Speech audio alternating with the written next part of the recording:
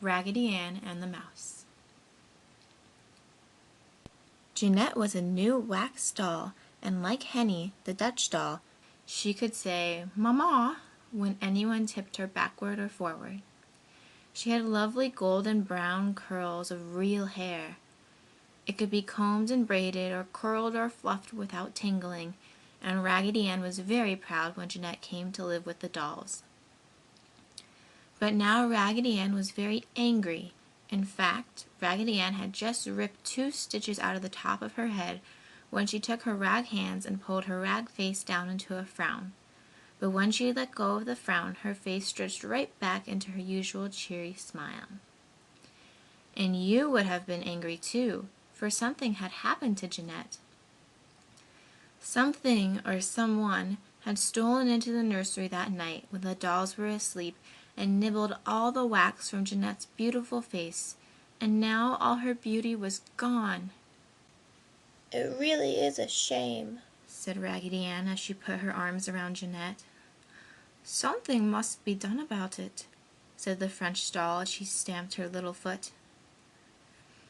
"If I catch the culprit, I don't know what I will do with him," said the tin soldier, who could be very fierce at times, although he was seldom cross.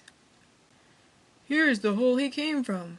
cried Uncle Clem from the other end of the nursery. "Come see!" All the dolls ran to where Uncle Clem was, down on his hands and knees. "This must be the place," said Raggedy Ann. "We will plug up the hole with something so he will not come out again." The dolls hunted around and brought rags and pieces of paper and pushed them into the mouse's doorway. "I thought I heard nibbling last night," one of the penny dolls said.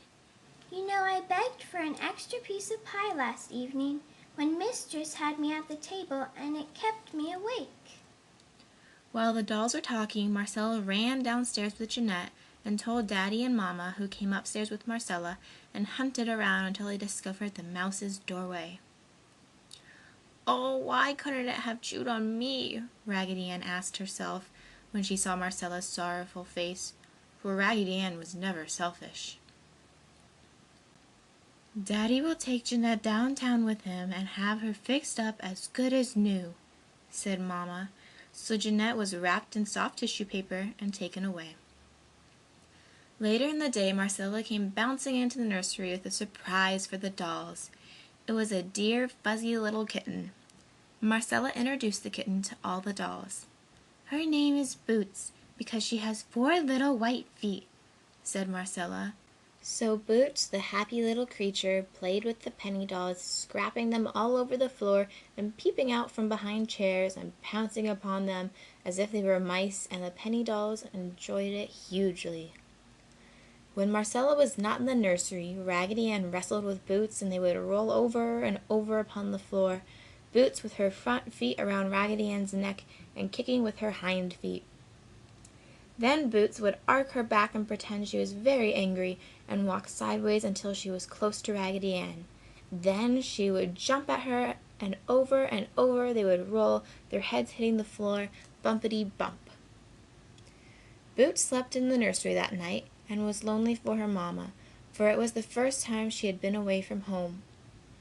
Even though her bed was right on top of Raggedy Ann, she could not sleep. But Raggedy Ann was very glad to have Boots sleep with her, even if she was heavy, and when Boots began crying for her mama, Raggedy Ann comforted her, and soon Boots went to sleep. One day Jeanette came home. She had a new coating of wax on her face, and she was as beautiful as ever. Now, by this time, Boots was one of the family, and did not cry at night.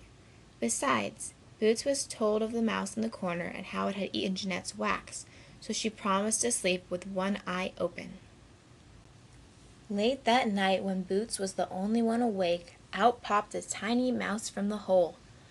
Boots jumped after the mouse and hit against the toy piano and made the keys tinkle so loudly it awakened the dolls. They ran over to where Boots sat growling with the tiny mouse in her mouth.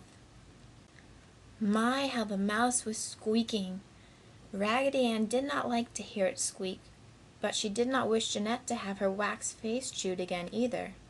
So Raggedy Ann said to the tiny little mouse, "You should have known better than to come here when Boots is with us. Why don't you go out in the barn and live where you will not destroy anything of value?" "I did not know," squeaked the little mouse. "This is the first time I have ever been here." "Aren't you the little mouse who nibbled Jeanette's wax face?" Raggedy Ann asked. "No," the little mouse answered. "I was visiting the mice inside the walls and wandered out here to pick up cake crumbs. I have 3 little baby mice at home down in the barn. I have never nibbled on anyone's wax face." "Are you a mamma mouse?" Uncle Clem asked. "Yes," the little mouse squeaked, "and if the kitten will let me go, I will run right home to my children and never return again."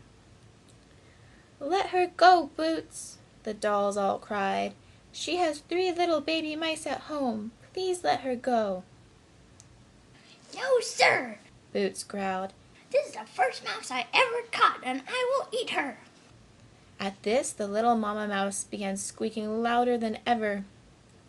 "If you do not let the mamma mouse go, Boots, I shall not play with you again," said Raggedy Ann. "Raggedy will not play with Boots again," said all of the dolls in an odd tone. Not to have Raggedy play with them would have been sad indeed. But Boots only growled. The dolls drew to one side where Raggedy Ann and Uncle Clem whispered together. And while they whispered, Boots would let the little mamma mouse run a piece, then she would catch it again and box it about between her paws. This she did until the poor little mamma mouse grew so tired it could scarcely run away from Boots. Boots would let it go almost to the hole in the wall before she would catch it, for she knew it would not escape her. As she watched the little mouse crawling towards the hole, scarcely able to move, Raggedy Ann could not keep the tears from her shoe-button eyes. Finally, as Boots started to spring after the little mouse again, Raggedy Ann threw her rag arms around the kitten's neck. "Run, Mamma Mouse!" Raggedy Ann cried, as Boots whirled her over and over. Uncle Clem ran and pushed the Mamma Mouse into the hole, and then she was gone. When Raggedy Ann took her arms from around Boots, the kitten was very angry. She laid her ears back and scratched Raggedy Ann with her claws. But Raggedy Ann only smiled. It did not hurt her a bit, for Raggedy was sewed together with a needle and thread, and if that did not hurt, how could the scratch of a kitten? Finally, Boots felt ashamed of herself and went over and laid down by the hole in the wall in hopes the mouse would return. But the mouse never returned. Even then, Mamma Mouse was out in the barn with her children, warning them to beware of kittens and cats. Raggedy Ann and all the dolls then went to bed, and Raggedy had just dozed off to sleep when she felt something jump upon her bed. It was Boots. She felt a warm little pink tongue caress her rag cheek. Raggedy Ann smiled happily to herself, for Boots had curled up on top of Raggedy Ann and was purring herself to sleep. Then Raggedy Ann knew she had been forgiven for rescuing the Mamma Mouse, and she smiled herself to sleep and dreamed happily of tomorrow. End of Raggedy Ann and the Mouse.